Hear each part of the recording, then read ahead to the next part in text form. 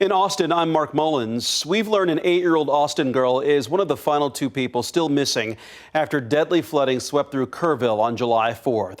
Seal Stewart was one of 750 campers at Camp Mystic when the Guadalupe River rose. 27 campers and counselors died in the flooding, including 3 other Austin girls, Linny McCown, Abby Pohl, and Mary Stevens. All were just 8 years old.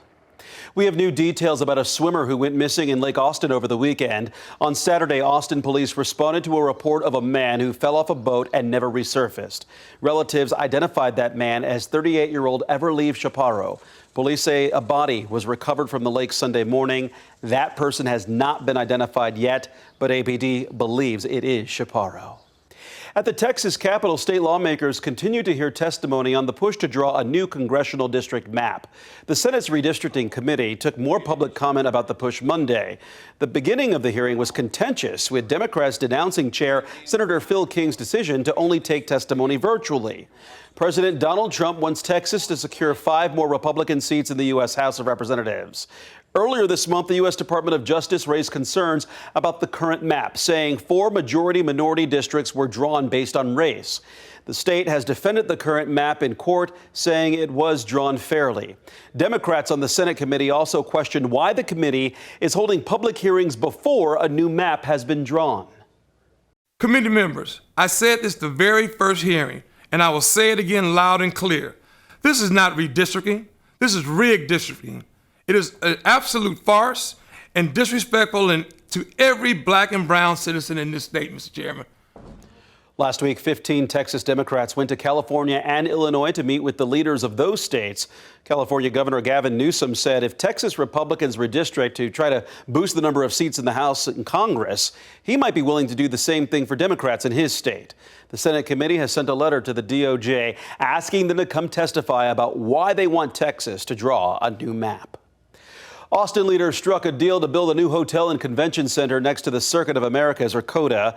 Council members say it comes at no cost to the city, but some who live by the racetrack say other problems in the area need to be addressed first. Kelsey Sanchez explains. Here at Circuit of the Americas, or COTA, construction is still well underway for its amusement park called COTA Land. But soon, it won't be the only new development near the racetrack. They need to take a good long look at what's going to happen with the plans at COTA. They've been working on their amusement park for years now, and they're still far from done. Joe Sayer lives less than 10 minutes from the track. He's talking about Austin leaders recently signing off on building a new hotel and convention center next to it to boost tourism and bring in more money. However, Sayer has other priorities. The biggest problem out here right now is it's kind of a food desert, as it were. It's like a 20-30 minute drive to get to anything to really get a reasonable cost on supplies. Mayor Pro Tem Vanessa Fuentes represents the area where COTA is located. She admits growth hasn't been at the rate they've hoped, but says conversations will be had to address community concerns. I hope anytime we have any type of economic development opportunity, or really as a growing part of the city, we expect that the basics that communities need to thrive actually come with that investment. Another big concern, traffic. There'll be more traffic, more cars, more people, and who's going to watch over that? Because the city of Austin is doing no traffic enforcement right now. Something Fuentes says could be resolved when the hotel and convention center is built. Visitors will now have an option to stay on site at the venue. And so I think that'll be one way that we can mitigate the level of traffic flow that we have in the area. While Fuentes adds there's still a lot of avenues to cross before development starts, Sayer just hopes city leaders are cautious. I'm all for growth, but let's do it reasonably and intelligently.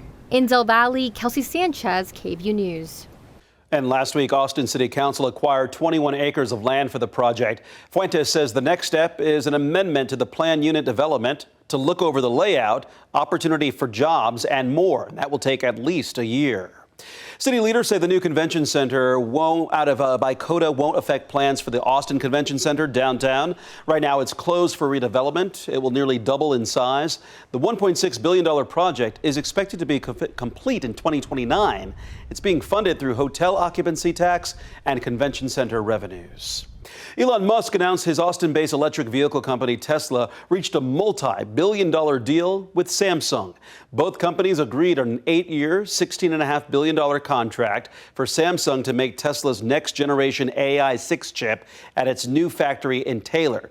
Musk confirmed the news in a post on X, saying, quote, "I will walk the line personally to accelerate the pace of progress."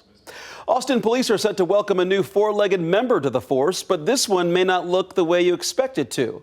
Malia Mosamoto tells us about the new addition to APD's Special Operations Unit. Different type of robots seem to be making their way all around Austin, even walking up to me. But a new kind of four-legged friend is about to sniff things out for Austin police. We're a very technology-heavy city, right? We want to be at the forefront here, and we want to use solutions that are effective. Meet Spot, the quadruped robot dog from Boston Dynamics that'll investigate SWAT situations and hazardous materials. Lieutenant Elijah Myrick with the Special Operations Unit says for decades, APD has used track robots. These track robots are really robustly built. They're expensive. They're very heavy, hundreds of pounds, sometimes 500 pounds. Not exactly ideal for tight situations. They're not great for residential searching, so going up narrow stairs, cluttered apartments. But with Spot's nimble qualities, it really doesn't encounter any issues climbing stairs or opening doors, clothes on the ground that our track robots do. And with several automated features, it's easy to use. They're gonna hit manipulation, open door. It takes some of our bomb technicians and dog handlers 6 months to a year to be able to practicing every single week on articulating those robot arms and things like that, whereas the Spot robot is much more user friendly. APD officers will still use their large track robots if they have to move cars or deal with a confirmed explosive. But in many situations, Spot's mobility will make a big difference. It's going to really decrease the amount of time, which improves officer safety, community safety, and obviously safety for the suspect. Now that City Council approved the contract for Spot, there's going to be a new dog on the block in the next 6 months. And that is incredible. As Spot operates, APD says the unit will feed video back to the controller, but the department plans to delete that footage right away unless officers need to use it as evidence later. Well, those are the headlines in Austin. I'm Mark Mullins.